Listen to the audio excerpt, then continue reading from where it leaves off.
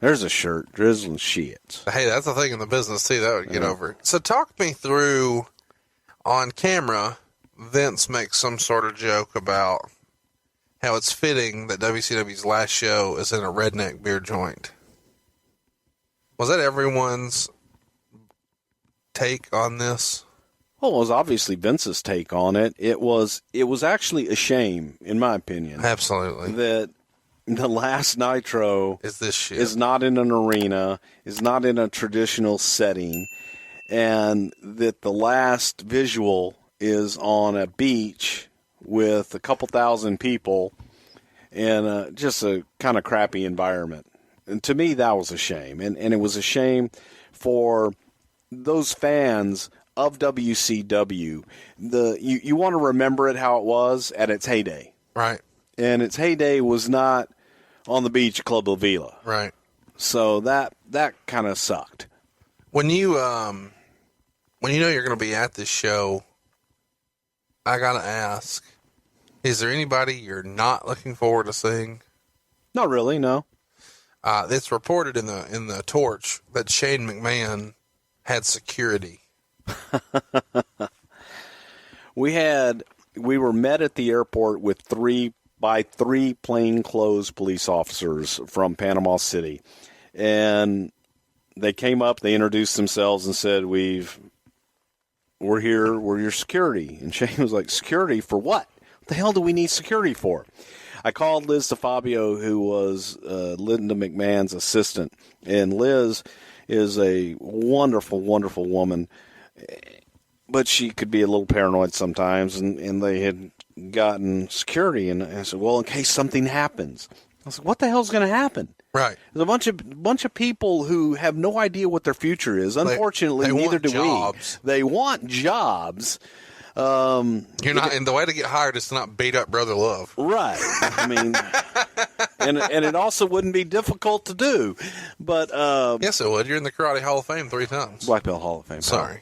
Goddamn, pal. Hashtag humble brag. Yeah. But also you got Jerry Briscoe there, and if Jerry wanted to hook you, you'd be hooked, pal. Who wrote the show? That was the creative team. We wrote it. The creative team for WCW? Yes. No. The creative team for WWF. Who from creative is there for WCW? Was Kevin Sullivan there? No. Was Mike Graham there? John Laurinaitis was there. No. That's who we pretty much dealt with. Who from The Office is there? Maybe Terry Taylor. I remember Terry being there. Did you ask him what time it was? Did not. He wouldn't be able to tell me anyway. Roll Tide.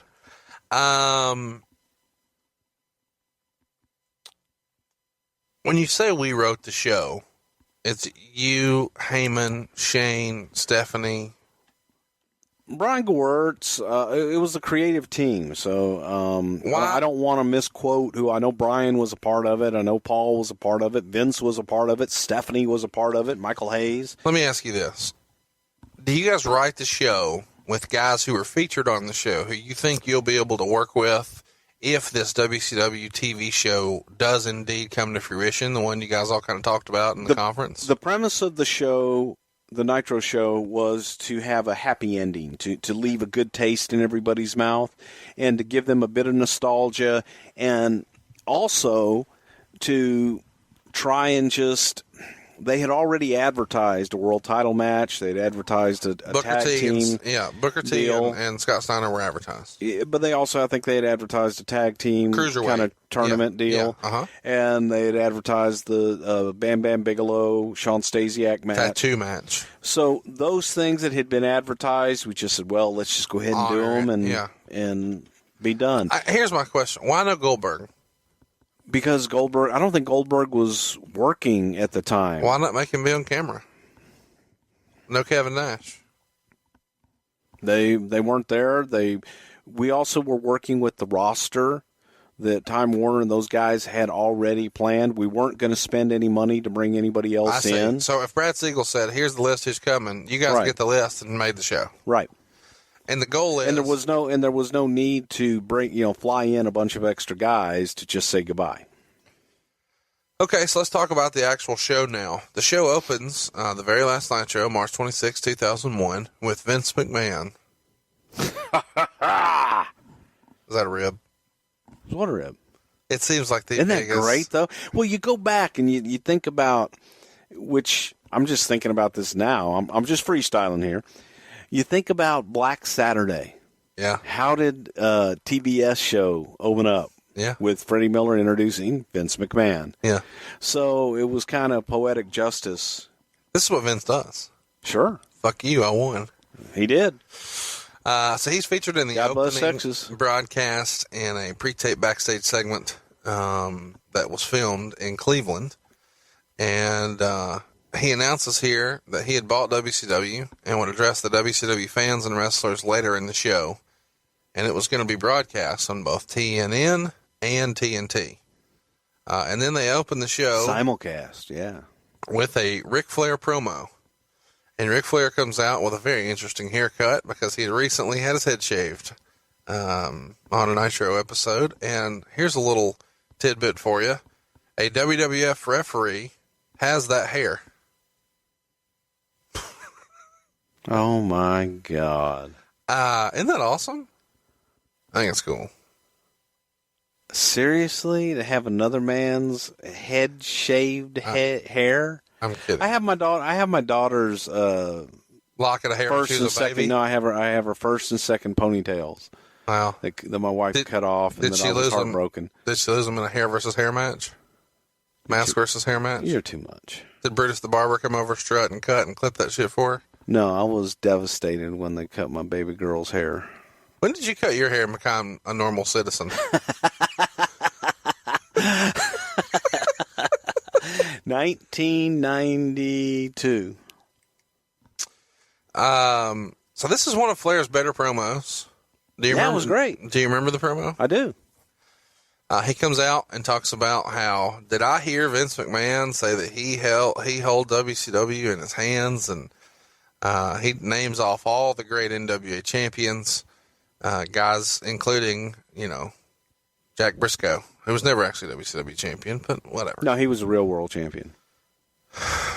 NWA World Heavyweight Champion. Then Booker T, the U.S. champion, defeats Scott Steiner for the world title, the big gold belt you talked about a minute ago. An all gold version, oddly enough. He has Medeja with him, Scott Steiner does, and this is maybe the best Scott Steiner ever looked. We just watched this in preparation for this a few days ago. I thought it was a great match. Yeah, especially considering it's on a beach. It's elevated, the ring is. It's not the most ideal circumstances. It's not like these are paying customers. These are just, people here for a free show. And Booker T wins with the bookend. And you said a minute ago, you kind of wanted to send everybody home happy. Scott Steiner's the dastardly heel. Booker T's the baby face. So let's have a little feel-good moment. Exactly. The next segment that we go to is Rey Mysterio Jr. and Billy Kidman. And they defeat Shannon Moore and Evan Courageous, as well as Kaz Hayashi and Jimmy Wang Yang. I think they just called him Yang here. He would later become Jimmy Wang with y'all. Jimmy Wang Yang. Talk to me about these guys. Mysterio is here without a mask. Of course, when he debuts with the WWF, and we'll cover that, I'm sure, in the future, he has a mask and contacts. Why were you guys... Is this just a merchandising piece of business decision that, hey, we can sell more gimmicks if he has a mask? What, when Rey came in later? Yeah. Oh, it was Rey Mysterio. I thought that Rey Mysterio without the mask didn't work. He was just too cute. He good-looking young guy. But the mask, there was a mystique about the mask, and that's who he was. In my opinion, it was a mistake to take the mask off of Rey in the first place. I thought he lost a lot of his personality and his mystique. Yeah, I can't argue that. He tag teams here with Billy Kidman, and we made an interesting observation the other night when we watched this. Isn't it ironic that, of all the people who are on this show and who are here at WCW at the end, the person who actually goes on to have maybe the longest run out of the bunch is Billy Kidman. I don't know that anybody would have necessarily guessed that, and that's not a slight against him. I just found it interesting. Yeah, Billy's still there, running gorilla position, and he's an agent and doing good. Tell everybody what running gorilla position and specifically what Kidman does now, because people are fascinated with kind of what happens behind the scenes. Oh, hell, I have no idea what the hell they do there now. Back when I was there, it was simply to help time out the matches and keep the matches on cue and give cues to the referees. And yeah, cues to the referee is what I hear is most common for Kidman these days. But the main thing is you coordinate with the truck, and you're the last bastion before talent go out to be able to give them direction and instruction. Also in the match that we mentioned, Shannon Moore, he of course would be like Rey Mysterio and Billy Kidman before him. He would have a shot in the WWE. So would Yang, which we mentioned would be renamed. Evan Courageous and Kaz Hayashi, to the best of my knowledge, don't ever have a run with the WWF. Do you know why that may have been? Just no interest. I don't know if it was anything in particular, but maybe they didn't want to come. I don't remember specifically.